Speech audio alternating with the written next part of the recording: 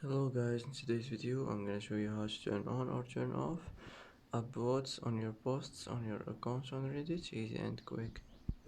First click on your profile and now click settings and now click account settings. Now click manage notifications and here as you see you'll find it upvotes on your posts like this. Click on it and it will be turned on, and if you want to turn it off just like this and it will be turned off, and that's it. And that's it for today's video. If you like this video, don't forget to like and don't forget to subscribe.